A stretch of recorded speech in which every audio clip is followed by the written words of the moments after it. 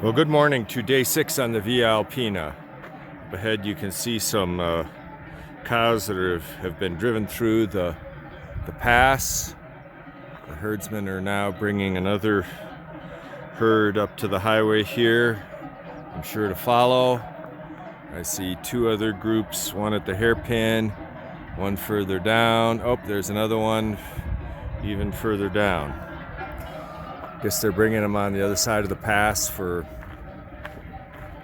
new pasture. That's just a guess.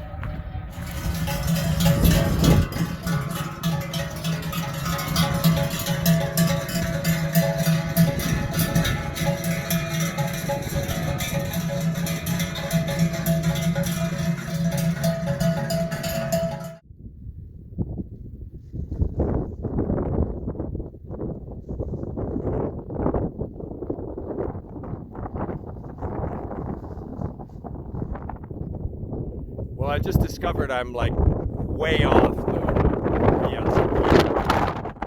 It's significantly from where I am down there. Because this is and it is underbank, as you can see there. So it's going to head up towards that mountain and then loop around further down the valley and then descend. I hope. I came here to have an adventure, you know.